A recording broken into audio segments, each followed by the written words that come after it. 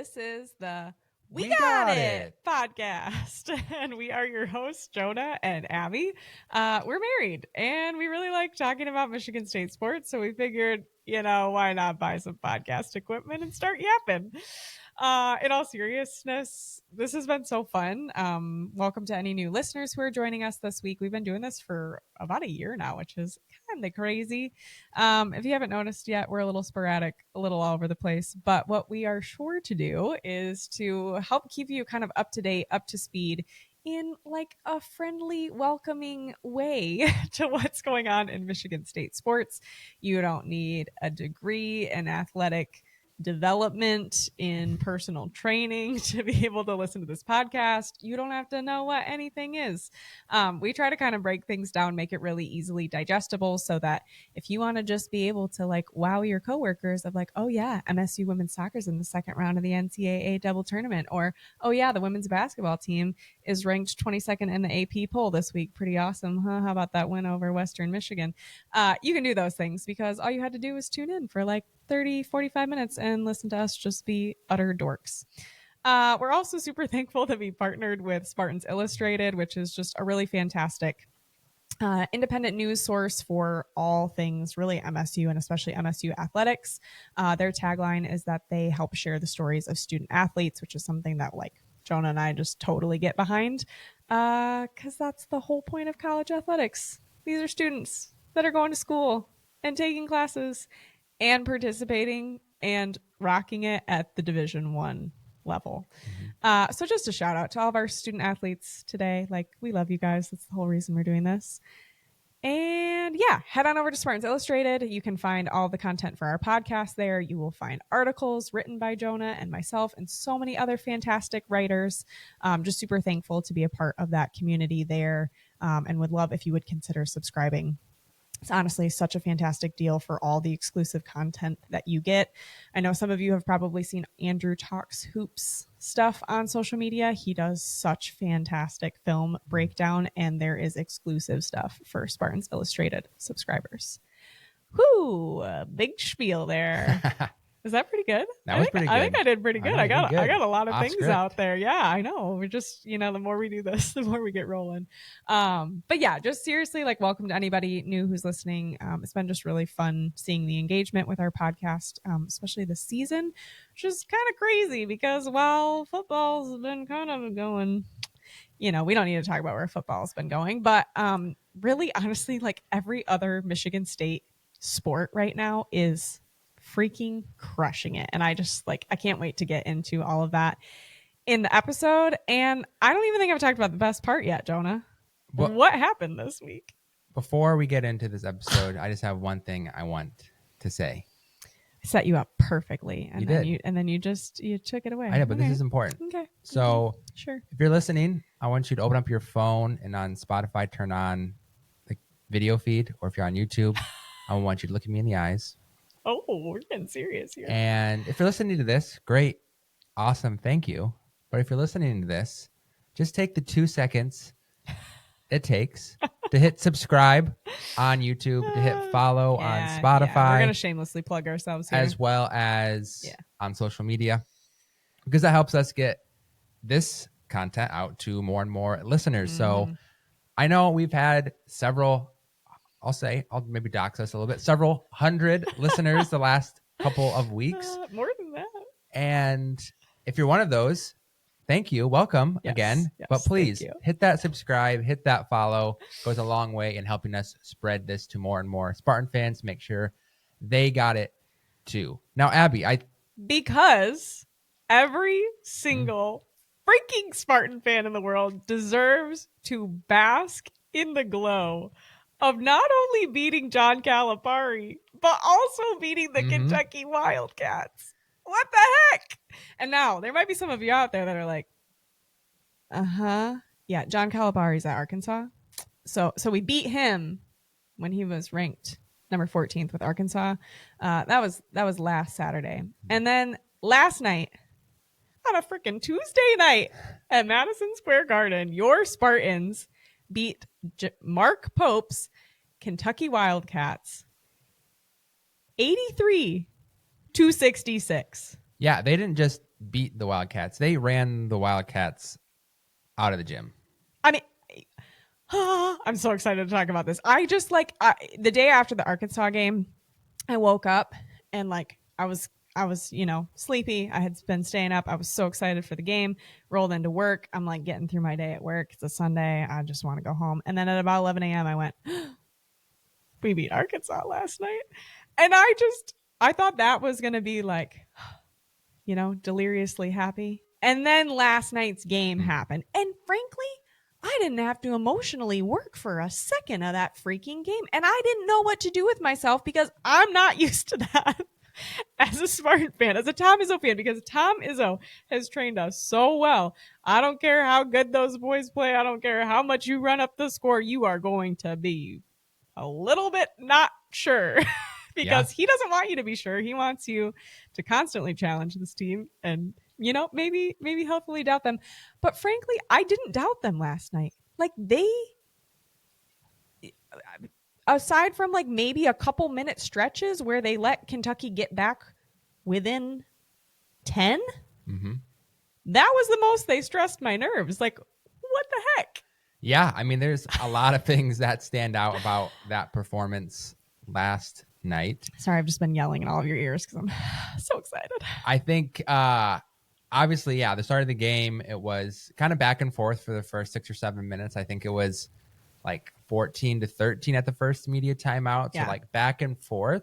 But even then, it wasn't nerve-wracking or stressful because the impossible was happening. The improbable was happening.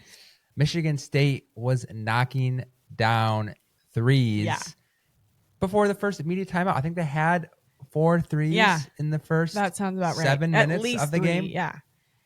Something that we haven't seen from this Michigan State squad all season long. Coming into this game, Michigan State had 13 total made 3-point baskets.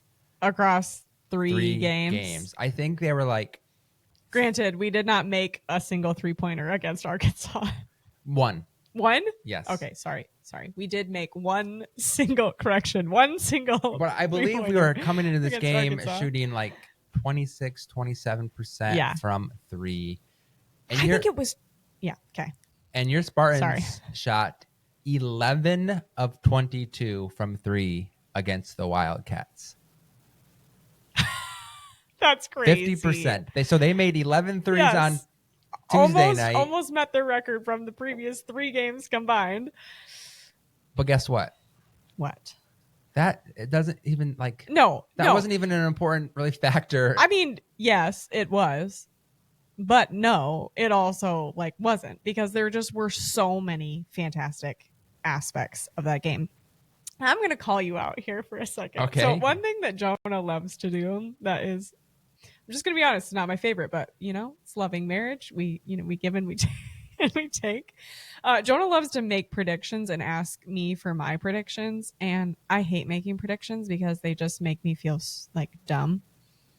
And because I'm very nihilistic, so I never have any positive predictions. But, last night, I'm not going to lie, you were the one that was maybe it was just protecting your heart. Maybe it was, not really actually wanting to say what was in your soul. But literally, as tip-off's about to start, Jonah's like, okay, I have a prediction.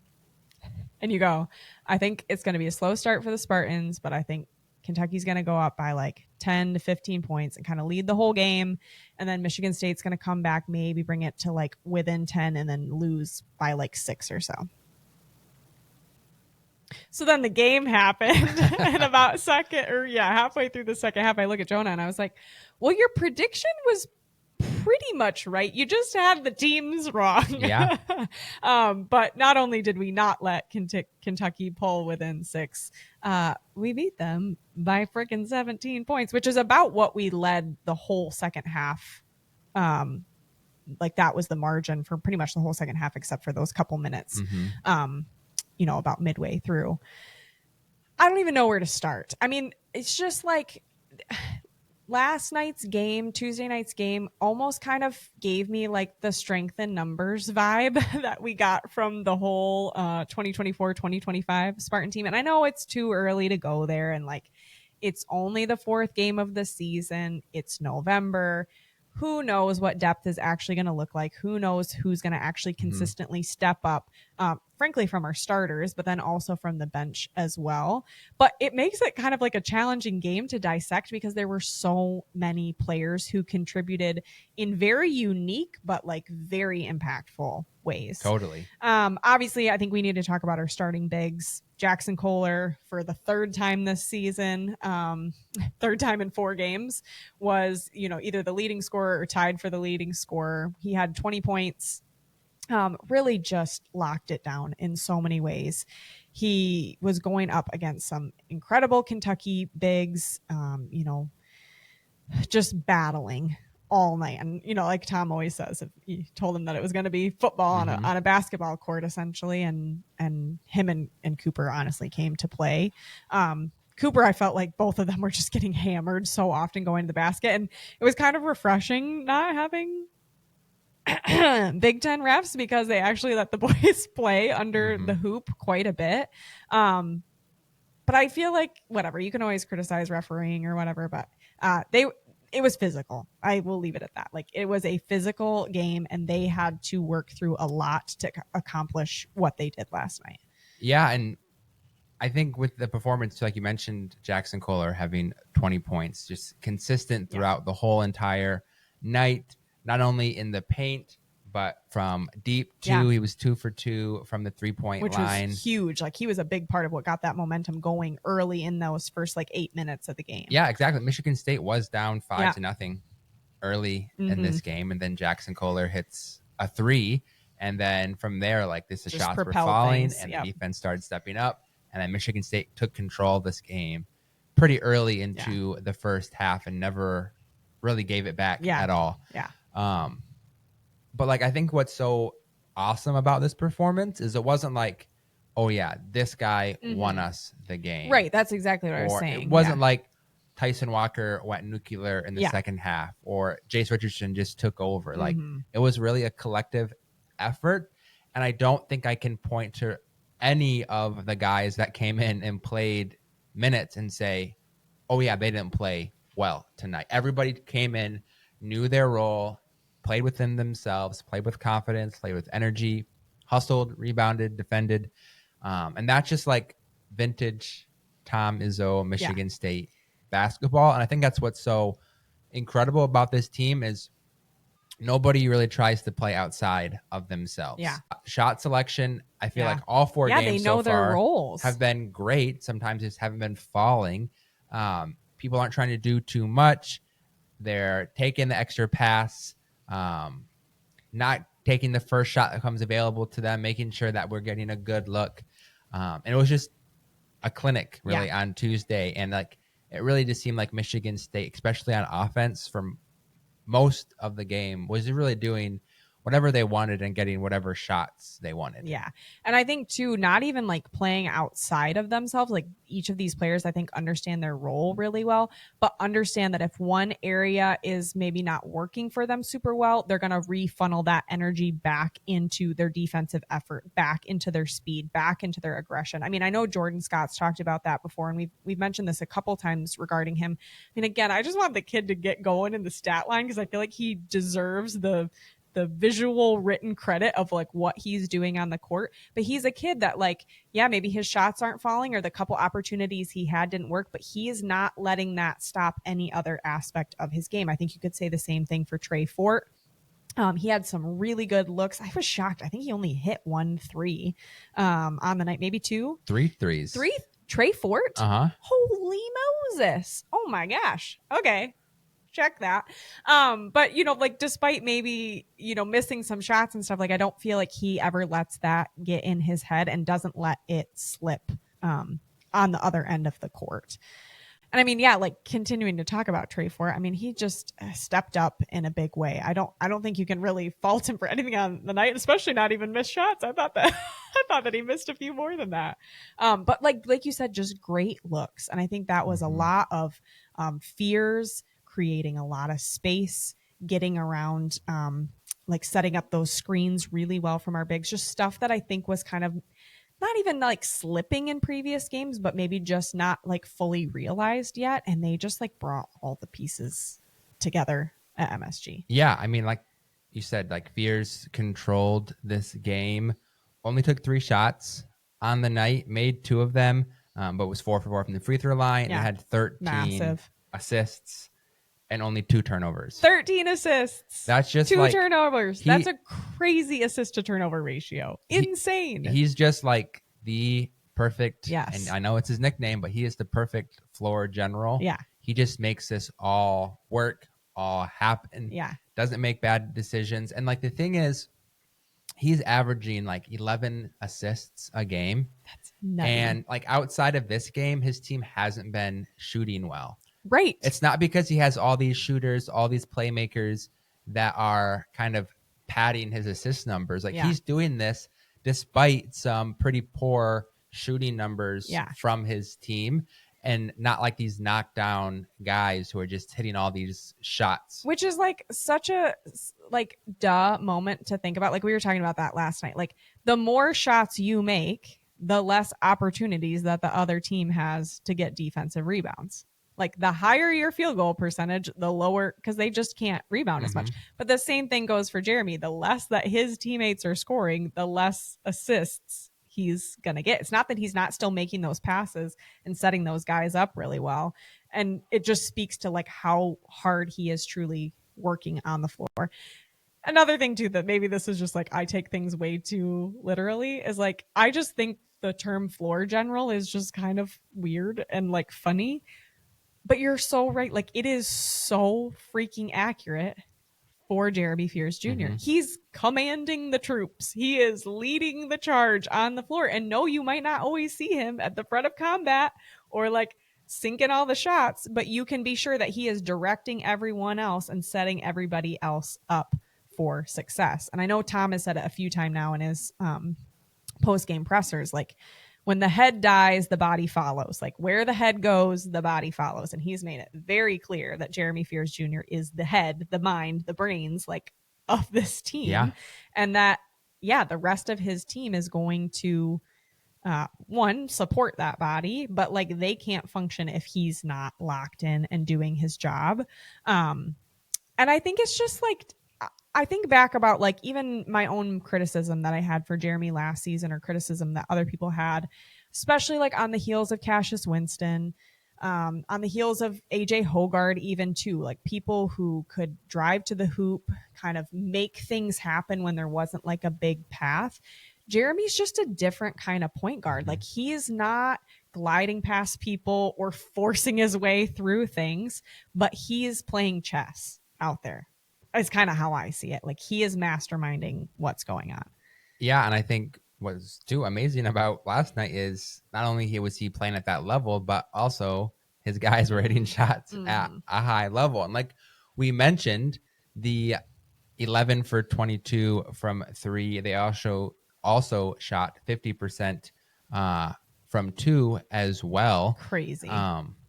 Which led to those numbers. And like, I don't think we can really go much further in this episode without talking about the production that we saw from the 2-guard position for Michigan State. Which is something that was lacking, if we're being honest, in those first 3 games of the season. And Tom was pretty clear about that. I mean, I think if you watched any of the games with your own 2 eyes, like you could tell that like we had 4 really strong players on the court at all times.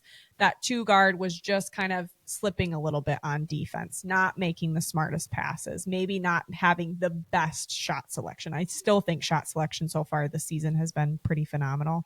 And then Trey Fort and freaking Kurtang just stepped up in massive ways. And quite frankly, I think you could take away their made baskets and I would still feel the same way about them. Like Kerr came off the bench and came into that game fully locked in. Just you watch him, he is moving.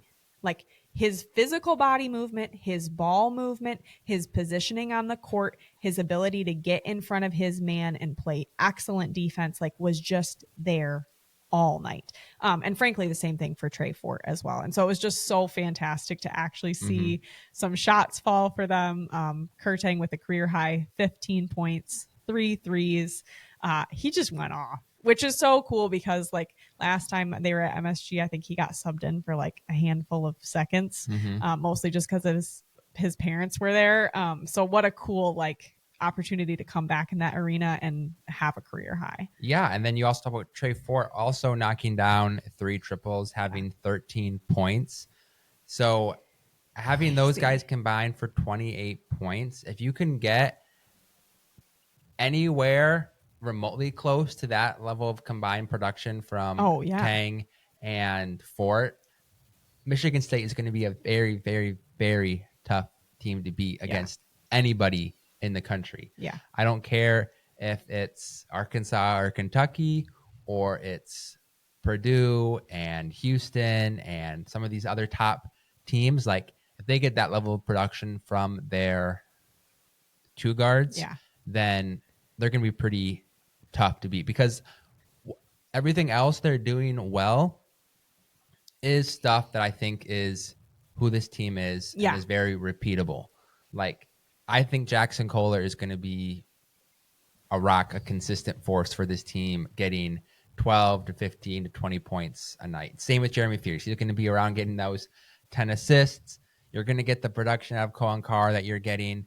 But if you get that added production that you might not get every night from Tang and Fort. But if you can have one of them, like between the two of them, if we can have somebody that's like decently consistent and then the other person supporting, I do think that's going to make Michigan State pretty unstoppable.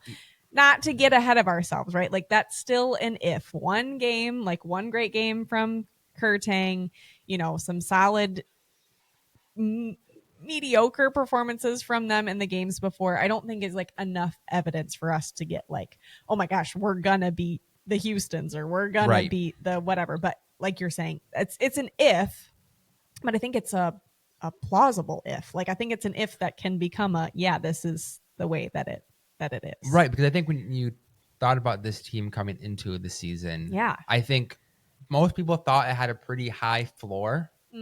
As far as like what this team would accomplish. Like this team is going to make the tournament. They're going to be competitive in the Big Ten. But then we didn't really know what their ceiling was. Yeah. Because you lost guys like Jace Richardson and Jaden Akins and Trey Holloman, guys who could have those performances, could have those shooting nights. And you didn't really know where that would come from this Michigan State team. So even though we're not going to get this production from Fort and Tang every night, we now have a picture of what the ceiling is for this team when they're playing at that level. And I think it can be anybody in the country, anywhere, anytime. Wow. Okay. And again, I'm not saying that that's going to happen every single night. No, I know. I love the optimism after we're going to lose by 6 points and be down the whole game.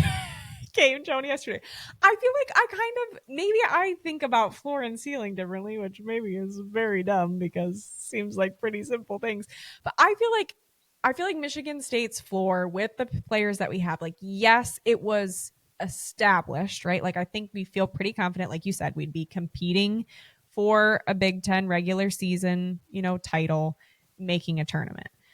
However, there have been a lot of not so great Michigan State teams that have accomplished those things. And like, I don't know that that's necessarily like a high floor. And maybe this is my, spoiled. We've gone to 26 consecutive NCAA tournaments self. I almost feel like I saw our floor go up last night. Like I'm feeling like if we can either get production from Trey or Tang on a given night, that raises our whole floor. If we can get production from both of them and a few more of our bench players, that raises our ceiling. And I feel like where our ceiling goes up is not necessarily at that 2 position, but in the other 4 guys that came off the bench. Honestly, I'm gonna maybe be a little harsh. Like preseason, I was pretty hyped up on Jesse McCullough, like things that were coming out from coaches, from practice, the way he'd grown, the weight that he'd put on, what he was doing in the weight room, like pretty excited about him. Even in the MSU Madness game, like was pretty happy with like what I was seeing.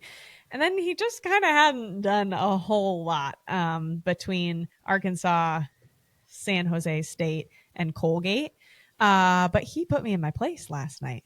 I mean, came Gave in, us some really solid minutes. Yeah, locked it down. And then also with our other bench big, Cam Ward, the two of them combined for 16 points. And just very impactful points in moments where it felt like, ooh, we've got like all of the starters out right now, or, all but Jackson out right now. Like, this is a time when we're going to go down. And him and Ward just both came up in huge ways. I think Ward is another player that is establishing the floor and pushing the ceiling. As a true freshman, like, he's been kind of wildly consistent with his performance for only being 4 games into the season. This is the thing that I just keep playing this on repeat in my head. Like, this does not feel like November basketball. This does not feel like a November Izzo team. Like, there's a reason people always say, like, January, February, Izzo. Like, it is, yes, because he's always in March, but also like he gets his teams there by March. I don't know that we're always used to seeing them being like this developed in November against the kind of opponents that he likes to play, which is top 25 teams. Yeah, I think that's a great point. It always seems like it takes these teams a little while to figure out kind of. And how much of that is because we play such tough teams early in our schedule compared to other teams. But yeah. But I think, especially if you think about this current era of college basketball, where, and Izzo talked about this a lot in his press conference last night, like, this is the era of the transfer portal. And he said it seems like sometimes the transfer portal is more important than wins, or a bigger deal than wins. And then he said, not at Michigan State. Yeah. And they were asking him about, because you look at this Kentucky team with all these new pieces, Caled has this $22 million roster. And you look at Michigan State, who is coming off the tails of an Elite Eight and Big Ten championship and returning 4 very key contributors. Yeah. But because they weren't pulling in these transfers, weren't getting any of that like off-season recognition, preseason or hype. Yeah. And I think you're seeing that the result of having this established culture and identity, or a team that not only the brotherhood and the loyalty between the players and between them and Tom and the rest of the coaching staff loves each other, but loves the name on the front of their jersey. Yeah, that was something Tom said more that than really the back liked. of their jersey. Yeah. Like, you're able to take these teams who, I think Arkansas and Kentucky are probably 2 teams that are going to really figure it out more. Oh, absolutely. By it's March. November. Yeah. But you have this consistency, you have this foundation that teams just aren't prepared to play against a team that has that kind of cohesiveness in November, really. And I think that's a huge asset to this team. And I feel like it's been, from people outside looking in or close to the program, have maybe criticized Izzo for his lack of using the transfer portal, or lack of going out and getting a player to as an upgrade. Yeah. But he has stayed true to his process. And he even admit, like, sometimes I do have to get a piece or two in the portal, because maybe I lose a piece or two in the portal. But he's always so clear that he's never going over his guys' heads to recruit someone else or to bring in someone else, and that he's going to put the energy and the time and add the actual like hard work of coaching, making that player better, when maybe, he could go to the portal and entice somebody who has better raw talent. But Tom Izzo recruits to Michigan State the kind of guys that he wants playing for him.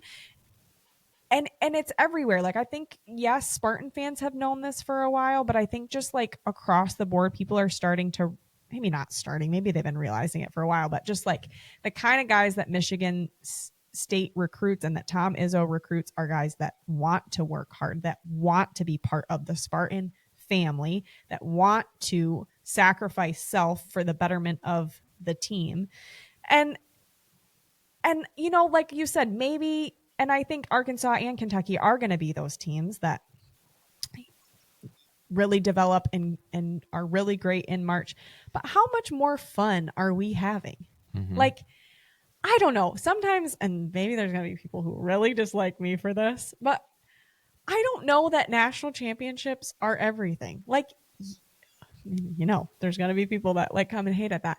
Yes, I want to win it all. Yes, I want all the wins. But it is so much fun rooting for a team that loves each other, that has brotherhood, that you see them all huddling behind Tom after the game during his little press conference. Freaking Nick Sanders and Cohen Carr look like they're the giddiest little like schoolgirls you've ever seen.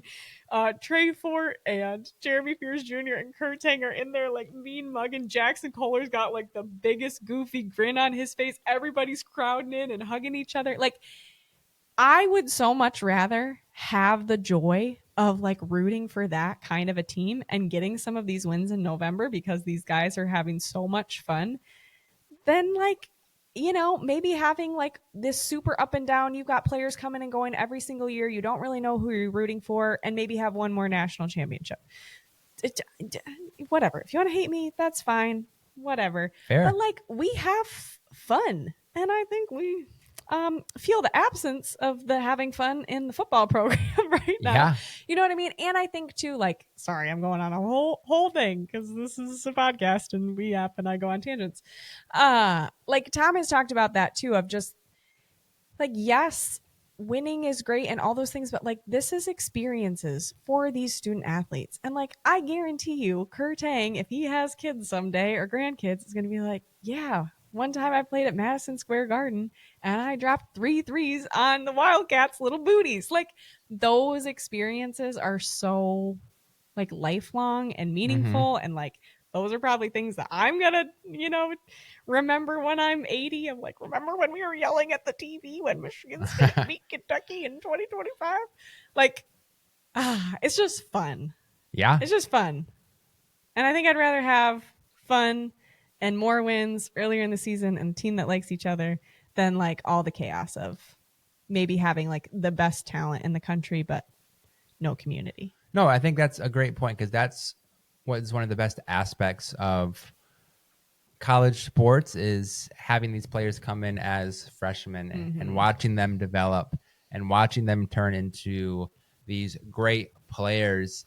And with a lot of these programs, you're losing that aspect when you have 8 to 9 new guys every single year. So you don't like, and it might sound like over the top or like cheesy, but you don't have that like emotional bond with your team every single year. But we have guys like Cohen Carr and Jackson Kohler who as freshmen where you're like, who Carson the heck Cooper, yes.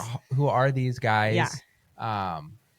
And now they're for Cooper and Kohler, they're seniors. I mean, this is the third year we've been able to see Carr and Fears like developing into these players who have invested into Michigan State, who have been invested into by Tom Izzo and this coaching staff, and are able to kind of see the results of that more than, chasing that paycheck or chasing that recognition that might not be as lasting of an impact, versus having these memories of, I was at Michigan State for 4 years and it was a family. And we also got a crap load of wins and hardware along the way. Yeah, absolutely. I think talking about the Kentucky game, there's kind of an element that we've left out, which is like Kentucky's performance. They didn't play great. No. And I like what Tom said because he's always so quick to give other teams credit in his post-game pressers of like, we didn't play good, and I give Colgate a lot of credit. Like, they were disrupting us on our passing game or whatever it is. And I loved it. He came out after the game and he said, I don't think Kentucky played very good tonight, and I think we deserve some credit for that. And I was like, heck yeah, Tom, because the Spartans did, like we already talked about, just like absolute defensive intensity around the clock, frankly, like every second of that game.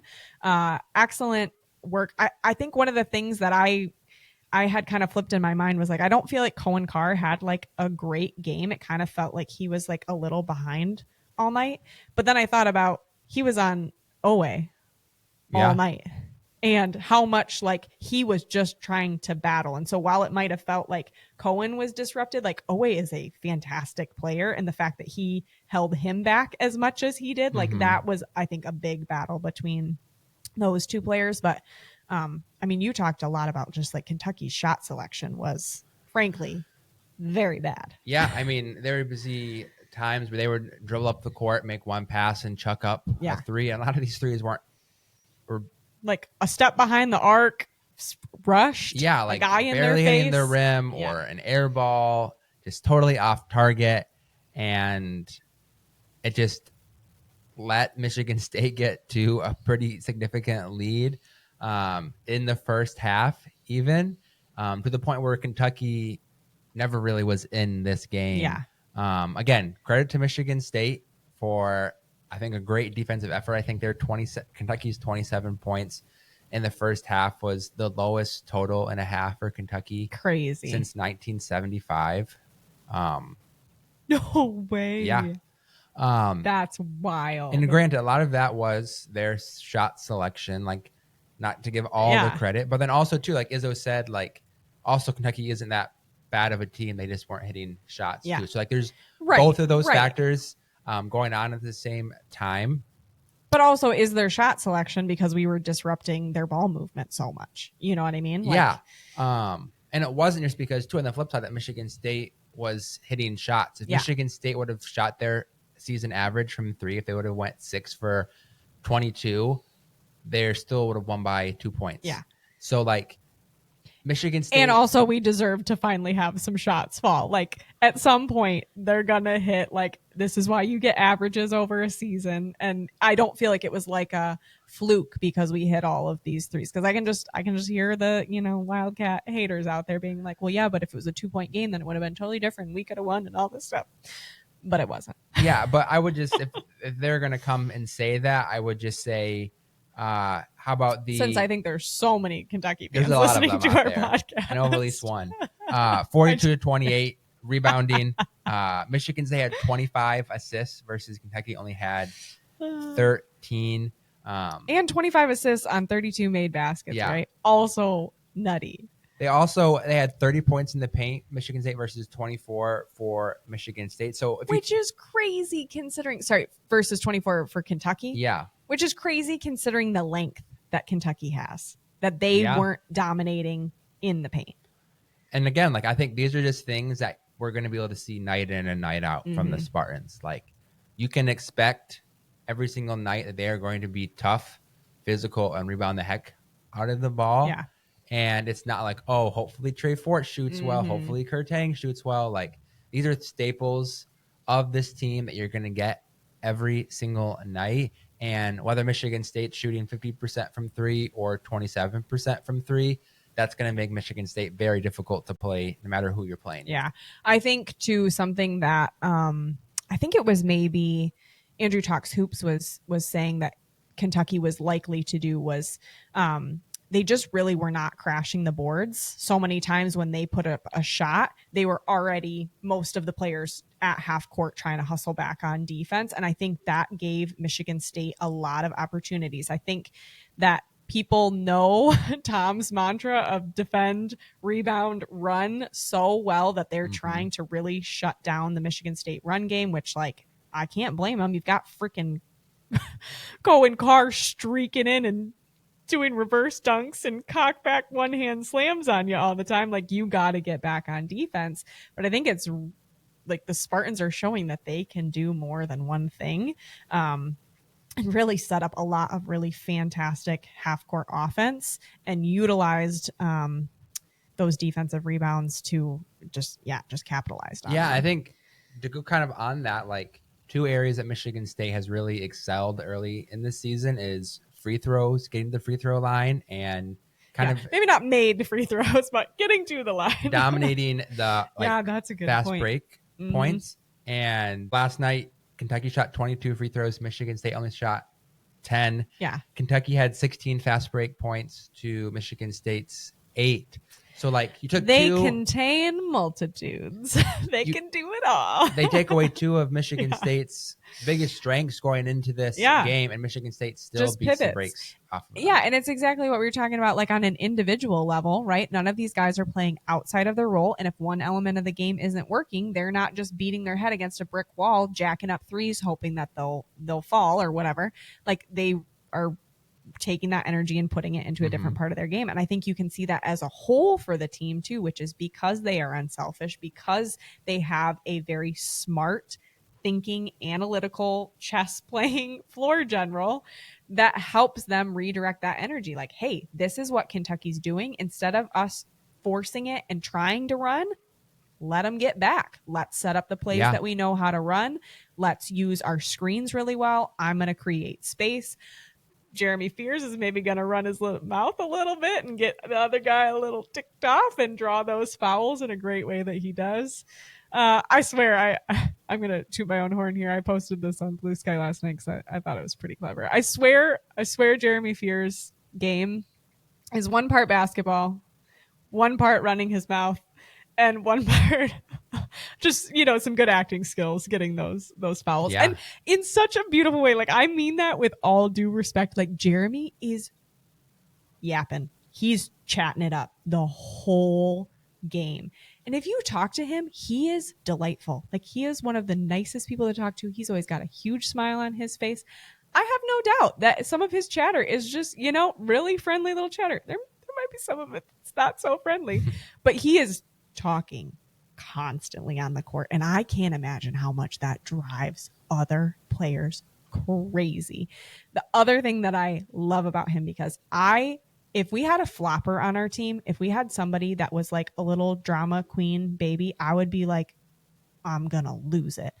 Jeremy positions himself and moves his body in a way that, I think there's a little bit of acting going on there, but he does it so well in a way that's not over the top, that's not flagrant. And I think so much of it is honestly just smartness of like the way he positions his body, the way he makes runs across the half court line and into that like top of the key where people, though that defending guard wants to get handsy and reach in and grab Jeremy. Like, he just does such a good job of it. Sorry, I could talk about this team and this game forever. Did we even record an episode since San Jose State? I don't think so. No. I don't think so. Whoops. We had another win at the Breslin Center last Thursday night. Whew. Time goes by quick, man.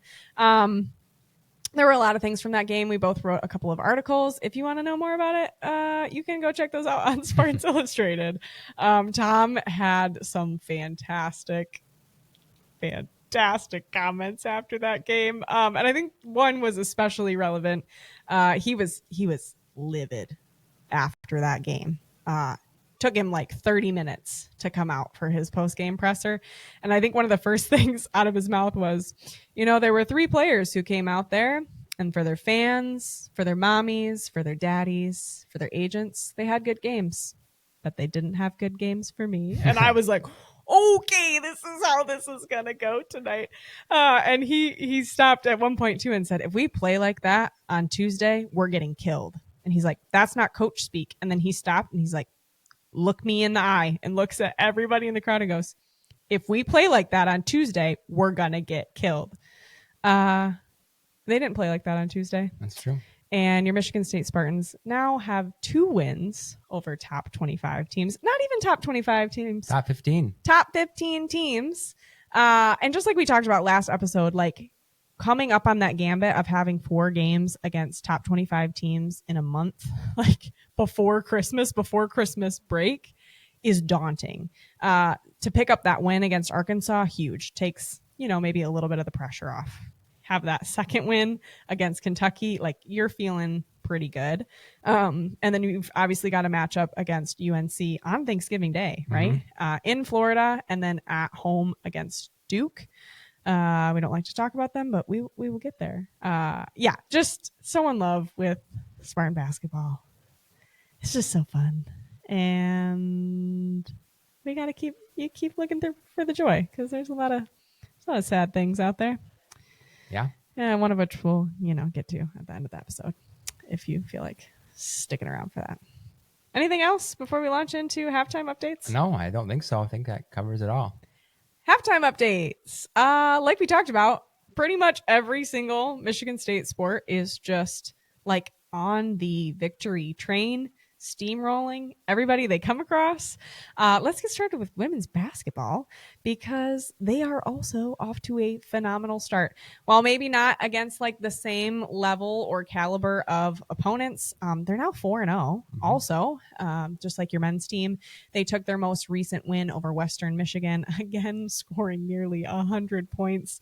They won 98-44. So more than doubling up. The Broncos, I'm pretty sure they're now still averaging like over 100 points a game because I don't think they've scored less than like 92 and 94, they had 94 and they had one game where they scored 126. So your Lady Spartans are just absolutely crushing it. And then Isaline Alexander had a career high 20 points, which is just amazing. But even more amazing than that, she was 9-for-9 from the field. Wow. 100%. That is nutty. Absolutely nutty.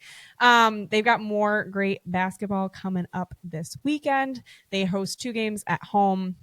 The first is Thursday night at 6:30 against Eastern Michigan, and then they play Sunday against Oakland. So, just traveling, seeing all the teams from around the state this week. And that game will be at 2 p.m. on Sunday, like I said, at the Breslin Center. Not the only one. Women's team hosting games this week because... Yeah, the women's soccer team continues their march in the NCAA tournament. They started off last Friday night at DeMartin Stadium in East Lansing against Milwaukee, where they won 4-1 to move into the round of 32. They will play their next game on Thursday night, again in East Lansing, as they play Wake Forest for a potential or for a slot in the Sweet 16 of the women's tournament. So they continue to keep on rolling. Have a chance if they win to potentially host another game in the Sweet 16. That remains to be seen. But if you're around, make sure to support your ladies. It will be on ESPN Plus on Thursday at 6 o'clock. Men's hockey team also continues to roll as they just doesn't stop. Travel down to South Bend, Indiana, to face Notre Dame for a weekend series.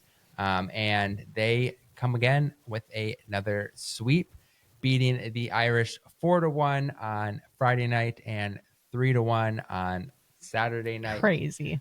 That is now their, I believe, fourth consecutive series sweep. Yeah. As they I think they've won 9 games in a row. 9-1 on the season. Yeah. So, or sorry, not 9 games in a row. 9 wins. Yeah, on the season. That's crazy. No, 9 wins in a row. Seriously? Yeah, they lost their first game of the season. Oh, you're right.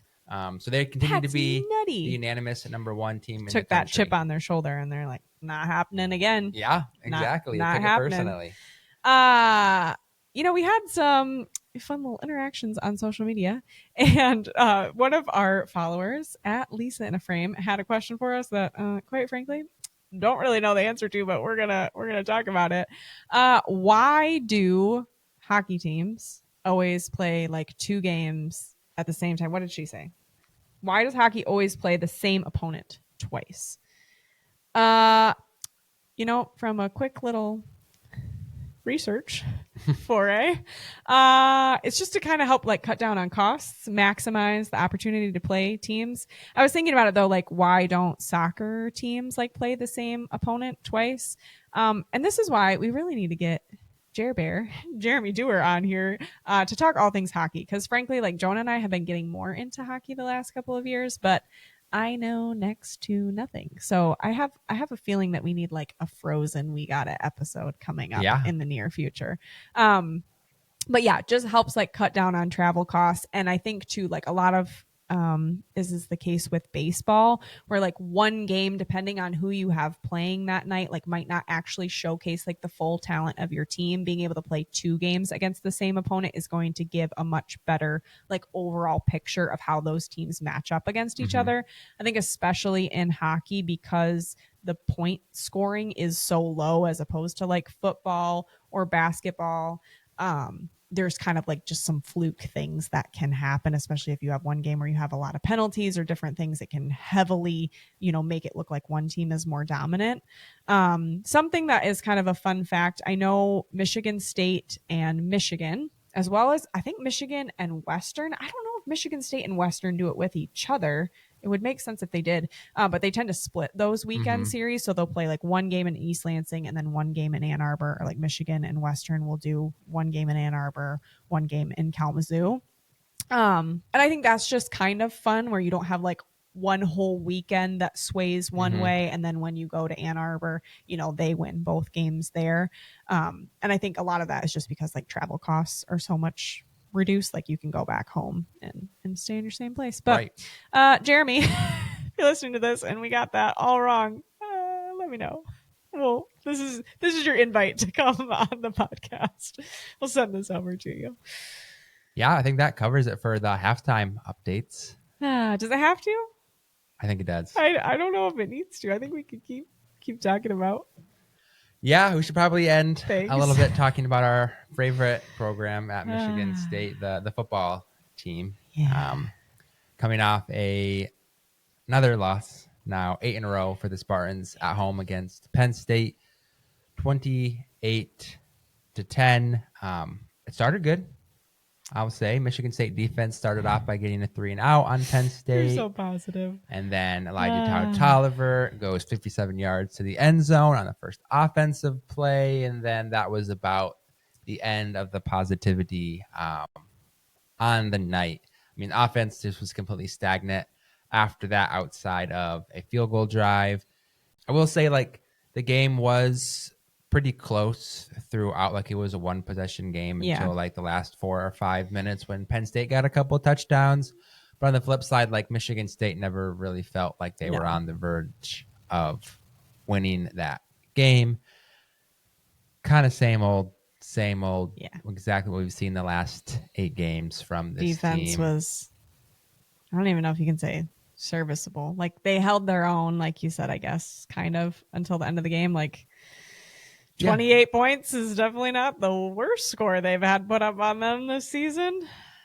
I think my takeaway from this is that Michigan State needs a week to be able to set up a successful drive. Yeah, I guess. We'll probably get another successul drive after another week. Maybe we'll get 2 this week. Who knows? Who knows? Probably not. We're playing Iowa, who's a good at Iowa team. But yeah, just really, again, just disappointing season all around. I get like I said, issues. The offensive line just can't protect the quarterback, can't create running lanes for this team. Special team errors, penalties, pre-snap, like just things that like are unacceptable at this point in the season when they've been repeated issues. But we're gonna execute more. We're gonna execute better. We're gonna execute harder. We're gonna go and we're gonna watch more film. And we're just, we're not frustrated. We're not showing any emotion. We're going to show up tomorrow and we're going to do more of the same, but we're going to do it more.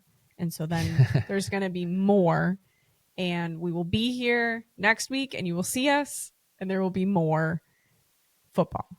Yeah, that's a great way to put it. And that's how the coaching staff puts it.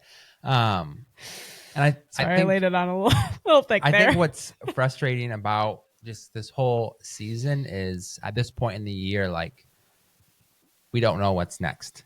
Yeah. Like, nobody really knows what's in the mind of Jay Batt right now. Like, we don't know if we're needing to hunker down for another season of this.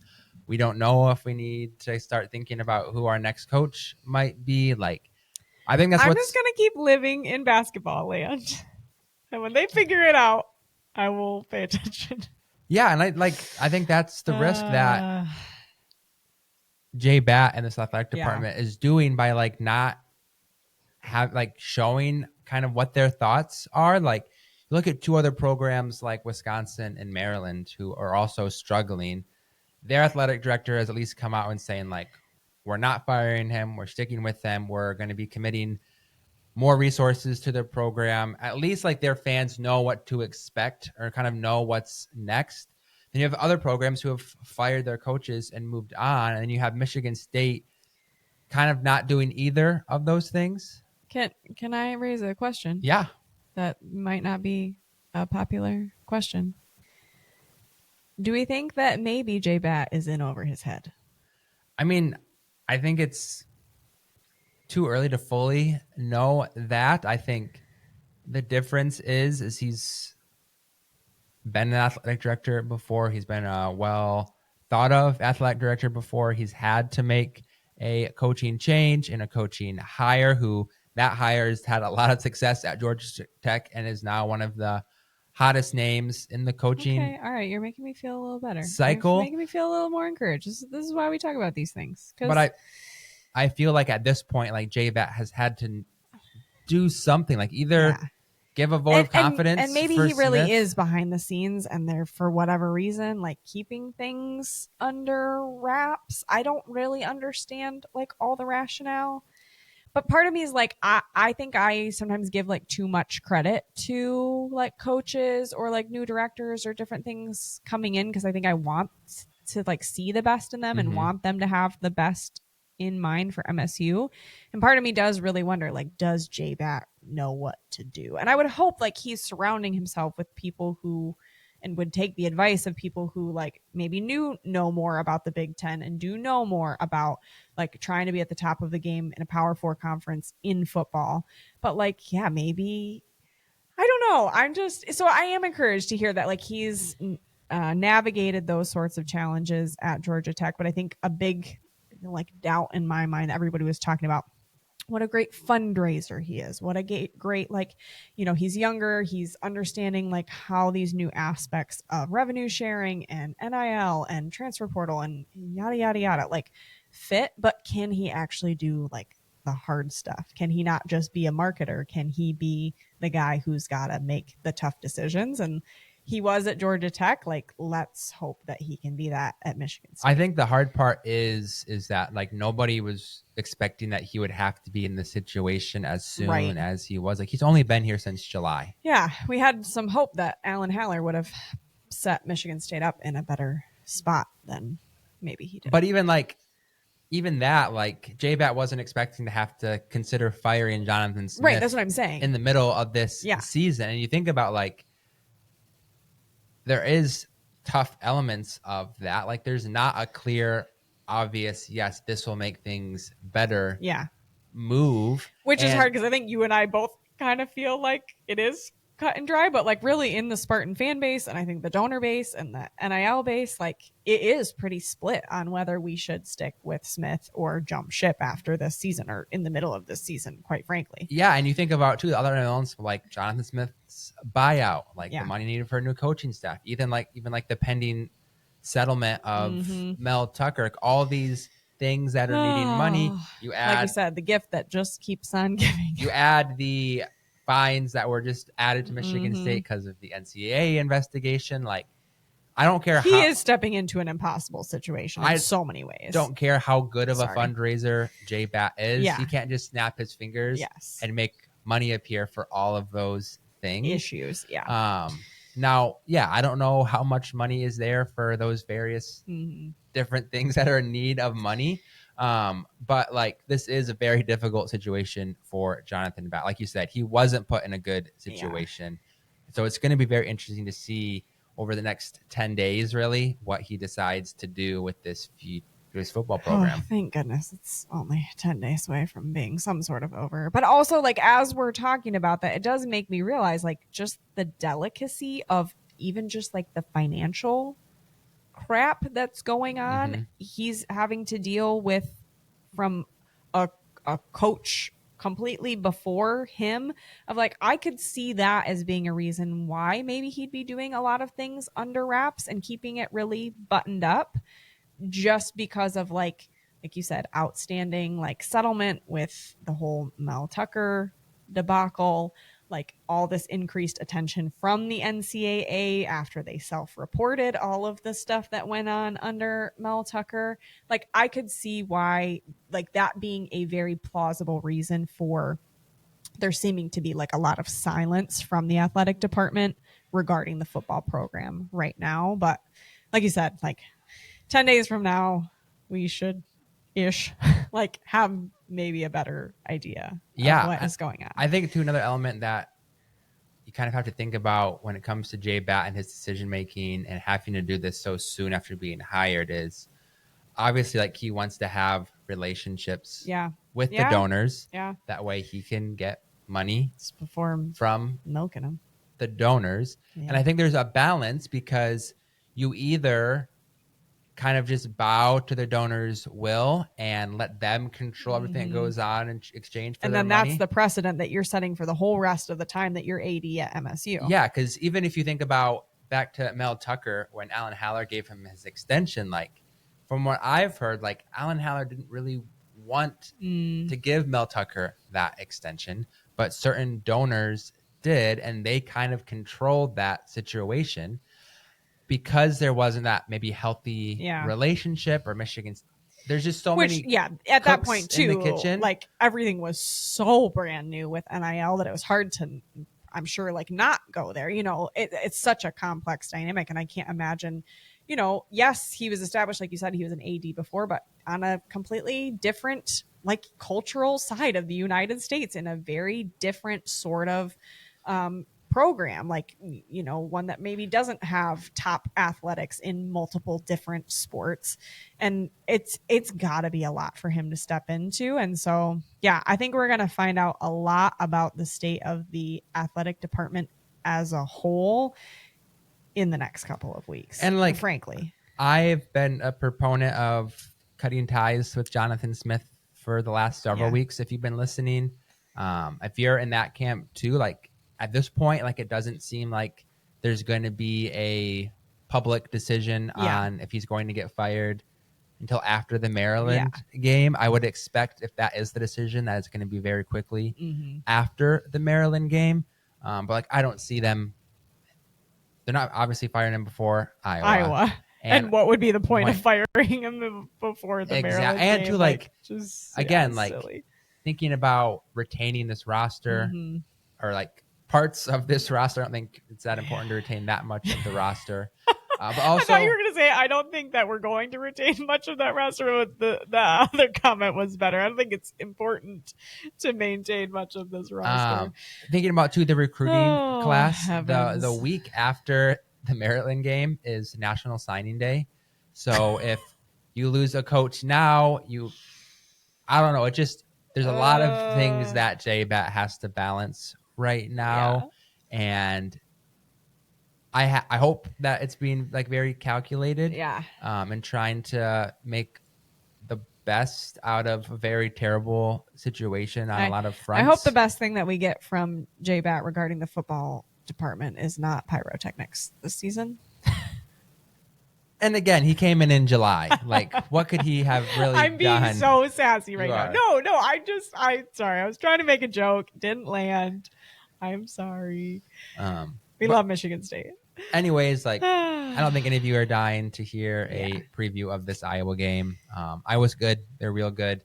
Michigan State's not going to score many points. Not real good. We'll leave it at that. Not real good.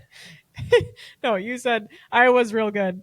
And I was saying Michigan State is not real good. Yeah. It's about all you need to know. So we expect kind of an ugly game on Saturday. I have to give a shout out to @90zoomer on Instagram, because they said that at 3:30 on Saturday they're going to be watching the football game, because my team is my team, even if they are, and I quote, poop emoji. But also they're excited for women's soccer and us too. 90s Zoomer. Yeah, I would say too. that's us too. I have the unfortunate pleasure of getting out of work just on time at 3:30 on Saturday to, take it all in. So we'll be there with you watching our team because this is the We Got It podcast. We love Michigan State sports, even when they make our hearts a little sad, a little depresso. But thank goodness Tom Izzo and Robin Freilich and Jeff Hostler and Adam Nightingale are there to pick our spirits back up. We're not going to end this on a negative note because we literally yapped for, I'm pretty sure, like 50 minutes about how freaking dominant every single Michigan State sport is. So don't let the football blues get you down. We're headed into, just another crazy week. Like we said, we already previewed women's basketball, women's soccer, hockey team, I'm sure, has another matchup coming up this weekend. At Munn Arena against Wisconsin this weekend. Okay, another huge matchup. And then next week, your Michigan. Oh, later this week. Oh my gosh, I cannot figure out what day of the week it is this whole week. How is Thanksgiving next week? My brain is spinning. Your Michigan State men's basketball team take on Detroit Mercy at home at the Breslin Center at 6:30 on Friday night. Next Tuesday, because it's feast week, which heck yeah, a whole week of basketball. I wish though that they knew that a lot of us still have to work on Tuesday because, excuse me, the game is at 2 p.m. Whatever. We're playing Eastern North Carolina. Does that sound right to you? East Carolina. East Carolina.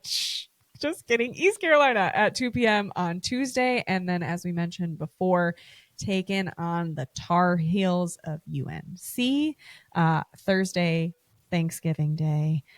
It's going to be a good one. And we will have another episode in your ears by that time. Thank you so much for tuning in. I love yapping with you, Jonah, about Michigan State. It's pretty fun getting to share such a great hobby with your best friend. So I love you and I appreciate you. And we're sappy. Sorry. Go green. Go white. Go state.